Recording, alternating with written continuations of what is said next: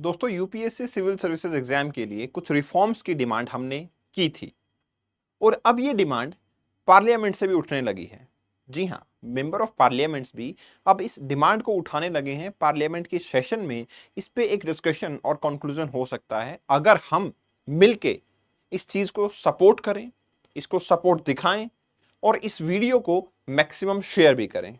Last video मैंने बनाया था, उसमें भी यूपीएससी पे काफी सारे सवाल उठाए थे। हालांकि कुछ स्टूडेंट का कहना था कि सर अकेले वीडियो बनाने से कुछ नहीं होता, लेकिन अगर हम यूनिफाई होके इस चीज को स्प्रेड करते हैं तो डेफिनेटली होता है। अब मुद्दा क्या है, ये लेटर क्या कह रहा है, वो मैं आपको बता देता हूं।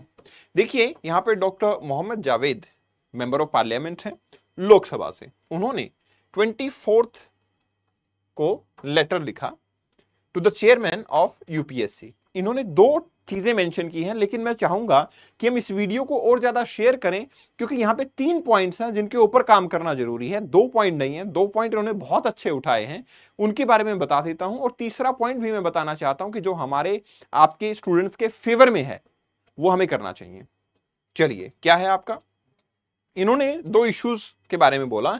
एक तो एज कट ऑफ डेट के बारे में बोला। इन्होंने बोला कि यूपीएससी का जब भी आपका कोई कैलेंडर आता है, कोई नोटिफिकेशन आता है, तो एज कट ऑफ के लिए रेफर किया जाता है 1 अगस्त की डेट। लेकिन मोस्टली एग्जाम जो हैं वो इस पर्टिकुलर ईयर के जनवरी मंथ की डेट को ही मेंशन करते हैं। तो इससे कई बार क्या होता है कि बड़े सारे स्टूडेंट्स जो हैं वो आपके रह जाते हैं और ये एक बहुत सिंपल सा ट्रेंड बन जाएगा। जिस ईयर में नोटिफिकेशन आया है उस ईयर का 1 जनवरी आपका कट ऑफ होगा। ये क्या लॉजिक है 1 अगस्त के हिसाब से डेट को डिफाइन करने का, उसका एक्चुअली कोई सिग्निफिकेंस नजर नहीं आ रहा है, बट ये चेंज होना चाहिए। ये पहली डिमांड जो है वो इनकी तरफ से हमें देखने को मिली। दूसरी डिमांड इन्होंने किया कि टाइमली जो है आपके प्रीलिम्स एग्जाम की आंसर की को रिलीज किया जाए। टाइमली प्रीलिम्स एग्जाम की आंसर की को रिलीज किया जाए। इन्होंने बोला 2 से 3 दिन में कर दो, मैं कहता हूं 1 वीक में कर दो। मैं कहता हूं कि बच्चों का जब रिजल्ट दे रहे हो आप, जिस दिन 10-15 दिन 14 दिन में, उस दिन कर दो। एटलीस्ट जो फेल हुआ है उस स्टूडेंट को ये पता लग जाएगा कि एक्चुअल क्या एस्पेक्ट रहा, क्या कमी रही, कहां गलतियां हुई।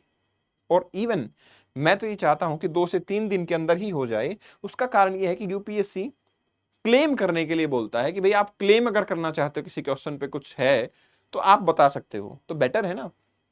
आप क्या आंसर कंसिडर करोगे, स्टूडेंट को तो नहीं पता, तो आप अपनी आंसर की दे दो ना, ताकि स्टूडेंट अपनी फीडबैक दे सके कि भाई ये आंसर यहां पे गलत है। और जैसे यूपीएससी की आंसर की में पिछली बार गलतियां थी और 101% थी, ऐसा नहीं है कि ये कोई एरर था, मिस मैनेजमेंट थी, मिस जजमेंट थी, कुछ नहीं था। एग्जैक्टली प्रॉब्लम थी क्वेश्चंस के अंदर और एग्जैक्ट रॉन्ग क्वेश्चन के रॉन्ग आंसर जो है वो सेलेक्ट किए हुए थे। तो बेटर है आप आंसर की को शेयर कर दो। अब तीसरा मुद्दा आता है जो कि लेटर में नहीं है, लेकिन मेरे हिसाब से मेंस के मार्क्स भी यूपीएससी को डिक्लेयर करने चाहिए बिफोर गिविंग नेक्स्ट नोटिफिकेशन। ठीक है, अगली नोटिफिकेशन जैसे कि फरवरी में नोटिफिकेशन आता है, तो मेरे हिसाब से मेंस के मार्क्स भी डिक्लेयर होने चाहिए। क्यों होने चाहिए, उसका सिंपल सा कारण मैं आपको समझा देता हूं।